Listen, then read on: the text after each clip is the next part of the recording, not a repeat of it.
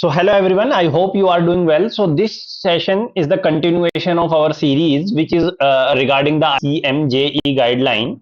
So in earlier session what we already discussed like what ICMJE guideline are and what is the history of ICMJE and the development of ICMJE, like how it developed.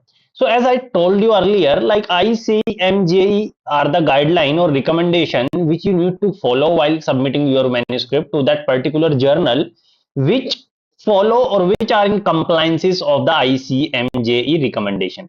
So now in the second part, what we are going to discuss, as I told you, ICMJE guideline or recommendation provided a talk about the various kind of aspect, and one such aspect is the authorship criteria. So as we are seeing in so many author in a particular manuscript, but whether there is any kind of approach that we can use to decide who will be the author of particular manuscript or who will be the part of some other kind of we can say other kind of sections or part of other sections in the manuscript as well. So this is the discussion of our this today's session. So first, let's try to understand what are the criteria. So these authorship criteria are very much important, and these authorship criteria will make you understand or aware about the authorship in the manuscript. So what ICMJE criteria are? There are generally four criteria which is defined by the ICMJE for the authorship. And whenever you want to understand or you want to check whether a author qualify for authorship or not, so that individual or that author or that people must follow all these four criterias. We are going to also discuss if a person or if an individual are not following or not meeting these all four criterias, then where the name of that particular people or individual will go. So the first, try to understand and try to just learn these four criterias whenever you will go in the industry and they will ask you about the ICMJE authorship criteria. Definitely, then you need to tell them, okay, these are the four criteria. The first criteria is substantial contribution. And the substantial contribution of what? You need to understand the substantial contribution to the conception or design of the work or acquisition or analysis of the or data interpretation. What thing, like either conception or design of the work, this is the part of designing or idea generation. Okay, then second part is related to the data. Now in that aspect, either it's a acquisition of data or analysis or interpretation.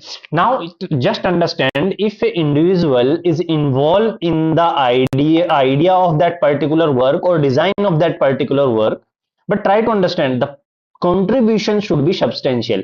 We can say it should be a significant contribution. It's not like it's a non-significant contribution in the similar kind of things, like an individual having a contribution in this section but it's a non-significant, then also the individual will not qualify for the authorship. So any individual who qualify for this first criteria, that is the substantial contribution in the conception or design or in the part of study like data collection, acquisition or interpretation or analysis, so this can only fulfill the criteria number one. Now try to understand, if a person or if a individual qualify the first criteria, then definitely it will be involved in the second, it will be also involved, or ICMJE authorship criteria also facilitate, okay, if an author is involved in this kind of work, then he or she can also be involved in other criteria. Like the second criteria is drafting or revising. Let's suppose a person is involved in this study or idea or any kind of related to these work, then he or she can involve drafted the work or revise it critically. Important thing is critically, or for what? The intellectual content. Intellectual content is very much important because it should be there. It's not like you just, okay, just Let's suppose a person is just proofread that manuscript. That is not a kind of intellectual input. What intellectual input is, it should be a kind of inputs that can improve the quality of manuscript or improve or enhance the authenticity of the work. That is a kind of intellectual input or intellectual content. So the second part, if individual involved in drafting or revision, so it should be intellectual content in kind of things. Then okay, the study is done, manuscript is drafting and revising, then the final approval. So all authors of a manuscript should approve the final version of the manuscript that should be published. That's why whenever you see a manuscript, in the end there is one declaration section where you mention few things, like one is contribution of author, where you will define the each contribution of author like this, like this XYZ author is involved in the conception, then the another author is involved in the analysis or data interpretation. Then at the end you will just put one line, one common line, that all the authors approve the final version of the manuscript to be published. So that's the kind of third we can say third criteria for to be a individual in the authorship list. And the fourth criteria is, which is also important. It's not like you are involved in the study, you are drafting the manuscript, you are giving the final approval, but you must be accountable. You must be agree on the accountability of all aspects that are related to that particular work. Whether if you have if there is any question in future related to your work, you need to be available, you need to be accountable to answer that question for any kind of issue. Like it should be related to the accuracy, it should be related to the integrity.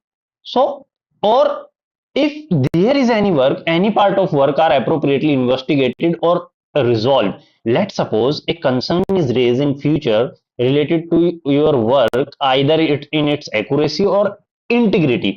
You must be accountable and you must do your job, like to investigate it and resolve it as soon as possible as per the particular journal compliances. Because you can see when there is any kind of retraction, so retraction note should be redirected to the all authors, and all authors should take a responsibility to answer and get resolved that concern basically. So to understand it, who will be the author of the manuscript? Four criteria. First criteria is a significant contribution, or we can say a substantial contribution in what? Either conception of design of the work, or then either in a data, like either it's a data acquisition, data analysis, or interpretation, any kind of work. First criteria. Second criteria is drafting or revising the manuscript for important intellectual content, not the content which is not an intellectual base. So that's the kind of another thing. Then the final approval, and then accountability. Important thing is AI is not qualified for the authorship because AI is not accountable for anything. So that is one of the important criteria that itself we can say reject the AI for the authorship. So that's the kind of approach we need to follow or we need to take into consideration. Now the important question is, if a person who meet three criteria but not one criteria, because as per the ICMJE guideline, the author should meet all the four criteria. But ICMJE recommendation also suggests if a person do not fulfill all four criterias, then there is one another section in the manuscript what we know known as a acknowledgement. So try to understand, individual who do not meet all four authorship criteria should be acknowledged but not listed as a authorship. So this is very much important. Like a person who do not follow all four criteria, one or two criteria they may be follow but not all four, then in this case what you need to do, you need to acknowledge that person in the acknowledgement section of your manuscript.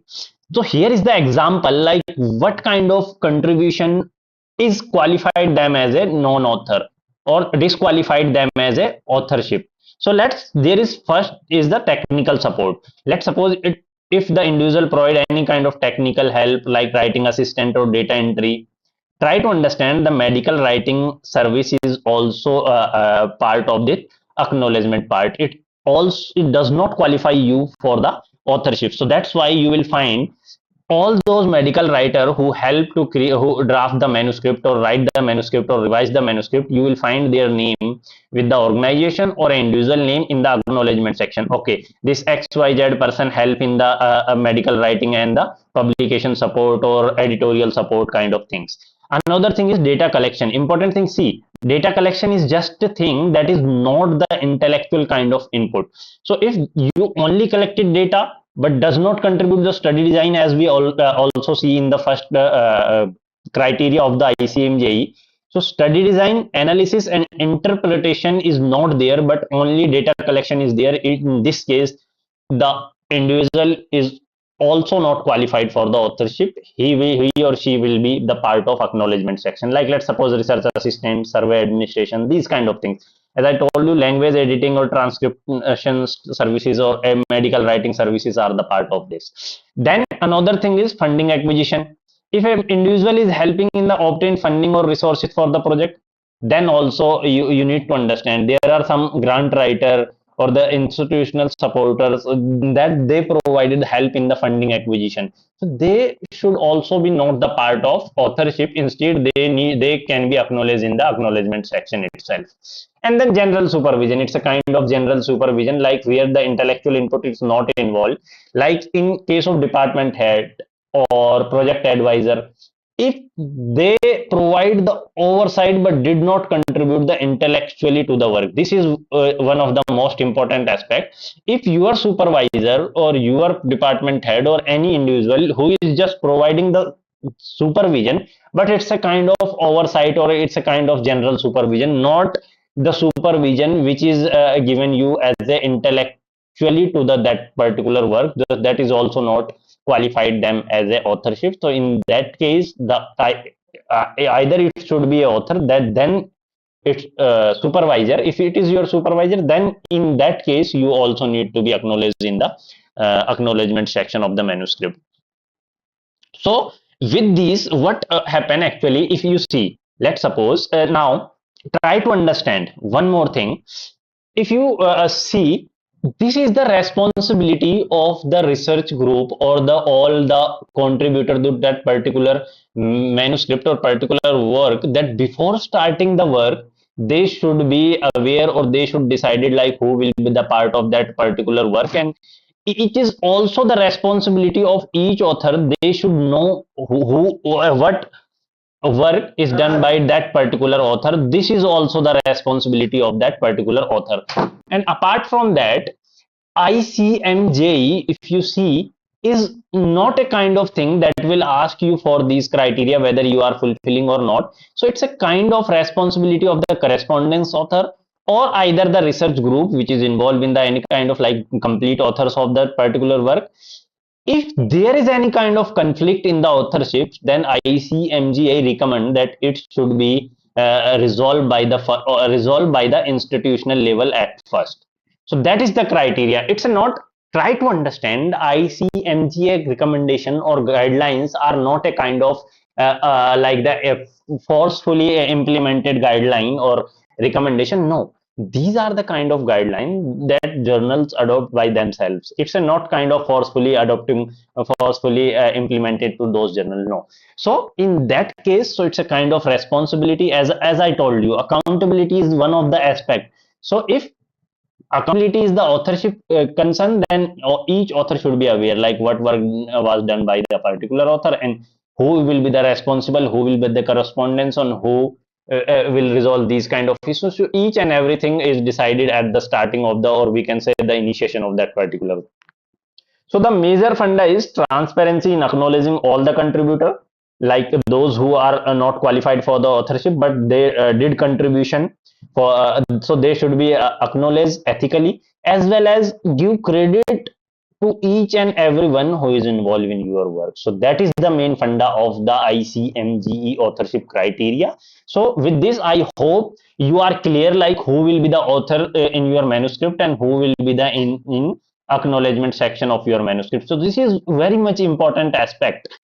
So try to remember all these criterias for the authorship, as well as you must be aware of the criterias which qualified any individual for to be the part of their acknowledgement in their manuscript. So with this, I think it will be very helpful. So thank you for your support, and you can also share this video with your colleague and or your friends, those who will be who will get benefit from this kind of videos. So in next video, what we will do, we will understand, as I told you in the this like over here, these there are various kind of aspect like conception, design of work, acquisition. So we will discuss each and these each kind of things in a next video, where we will discuss like credit taxonomy kind of things, where you will find how we can use that credit taxonomy to give the particular or the specific name to the contribution of that author. So in next third part, we will definitely discuss that. So with this, thank you.